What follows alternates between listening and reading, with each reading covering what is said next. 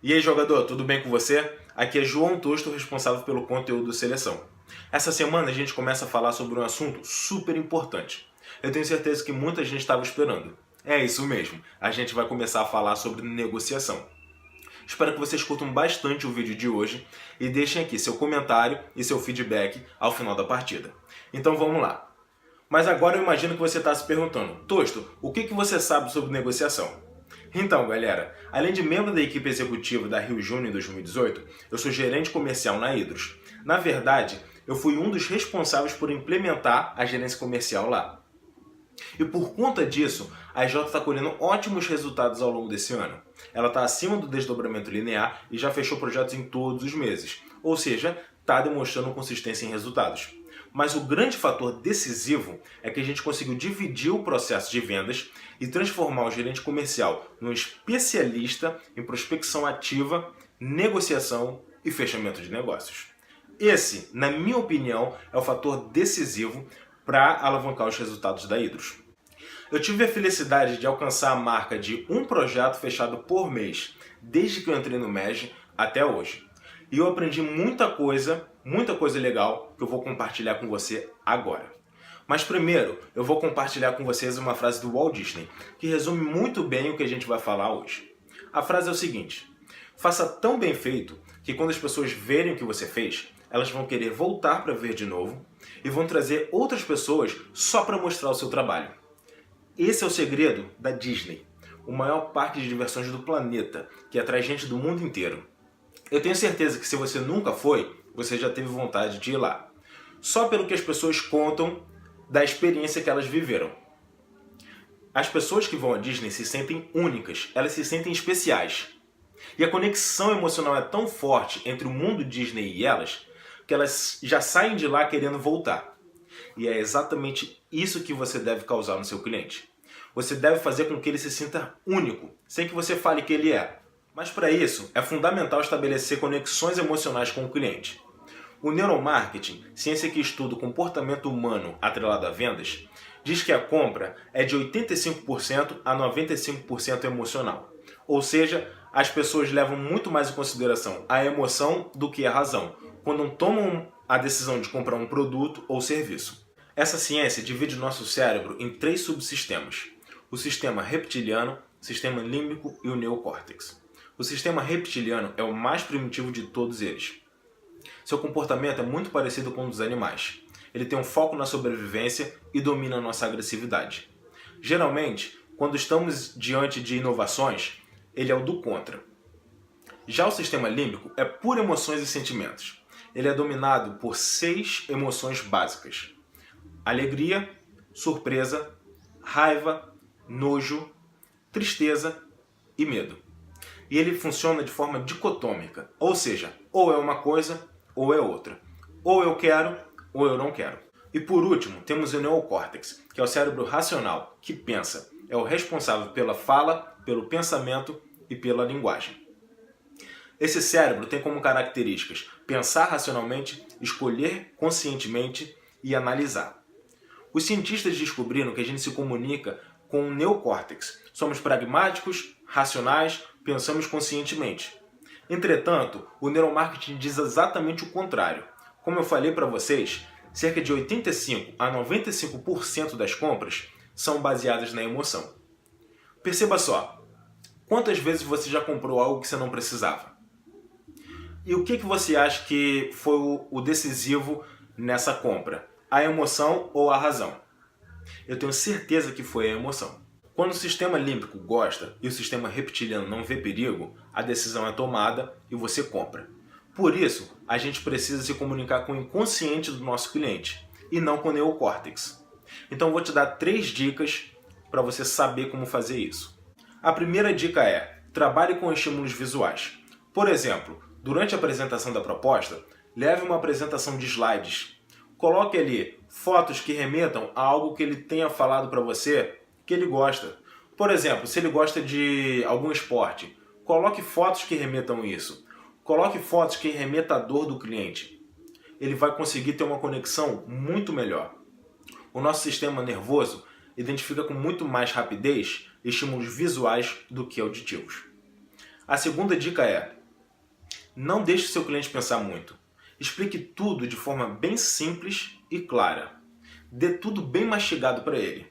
Quando o cliente pensa, ele está utilizando o neocórtex, aquele cérebro racional que a gente comentou. Mas não é isso que a gente quer. A gente quer que ele tome a decisão baseado na emoção.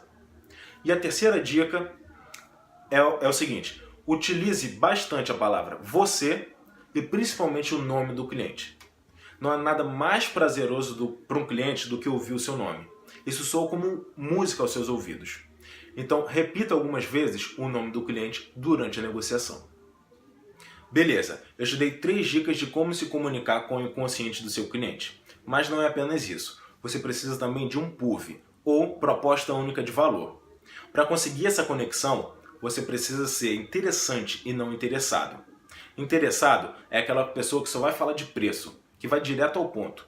Interessante é aquela pessoa que vai entregar um algo a mais, que vai mostrar o resultado do seu trabalho, que vai mostrar os seus sonhos, os seus objetivos.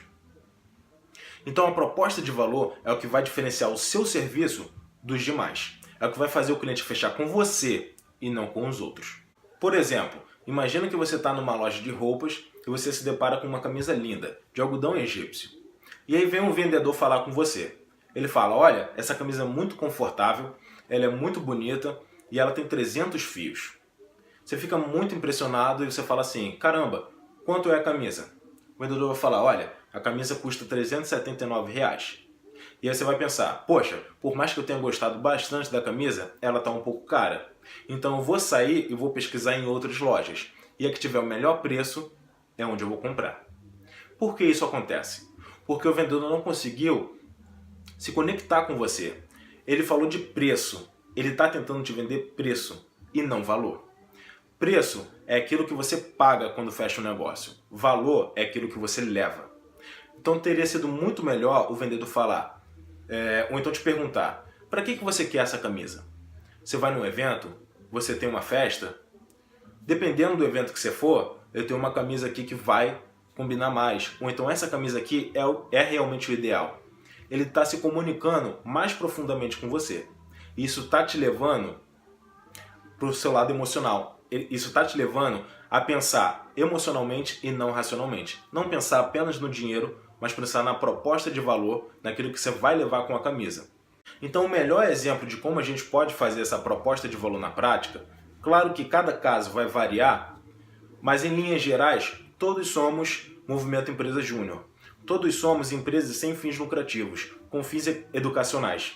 Então essa é a melhor arma que a gente pode utilizar para passar nossa proposta de valor para o cliente. Porque a gente não está interessado apenas no dinheiro dele, a gente não está interessado apenas no lucro. A gente quer desenvolver o mercado, a gente quer algo a mais. Então é muito importante você passar isso para o cliente durante a negociação. Bom, depois desses exemplos, a gente vai partir para a prática. Vamos simular aqui como seria o início de uma negociação. Primeira coisa que a gente precisa saber é que todos os pontos de contato com o cliente têm que ter um objetivo bem claro e definido. Desde o primeiro contato até a apresentação da proposta. Então, supondo que agora a gente vai fazer um primeiro contato por telefone, qual é o objetivo dessa ligação? Coletar o máximo de informações possíveis sobre a dor do cliente, a necessidade dele e sobre o perfil dele, o perfil de pessoa que ele é. Existe um estudo que separa as pessoas em 4 tipos, em 4 perfis. E esses perfis são golfinho, lobo, águia e tubarão.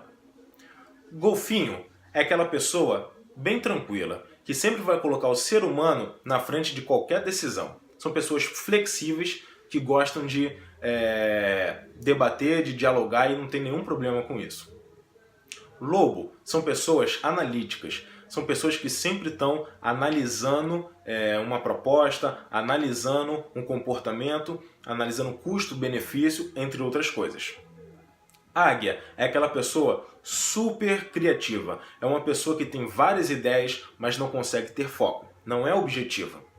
E tubarão é a pessoa que é o contrário da águia, é muito objetiva. Ela sempre vai direto ao ponto e nunca tem paciência de ouvir muito. Ela sempre quer o resultado e para ela tanto faz como você vai entregar esse resultado.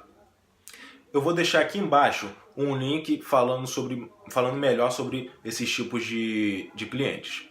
Então beleza, a gente já sabe isso, a gente já sabe que existem esses 4 tipos de clientes e a gente vai tentar identificar durante a ligação qual é o tipo desse nosso prospect, desse nosso lead.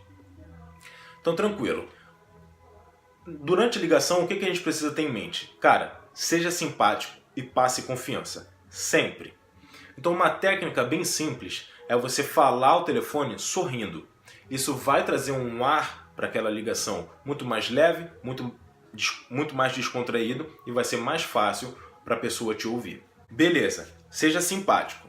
Além disso, você deve conduzir essa ligação com perguntas. Ou seja, você tem que ouvir muito mais do que falar. Por quê? Exatamente porque você está querendo identificar qual o perfil do seu cliente e qual a dor dele. Então você tem que fazer perguntas genéricas. Perguntas, por exemplo, se ele quer abrir uma empresa, por exemplo, pergunta: por que você quer abrir essa empresa?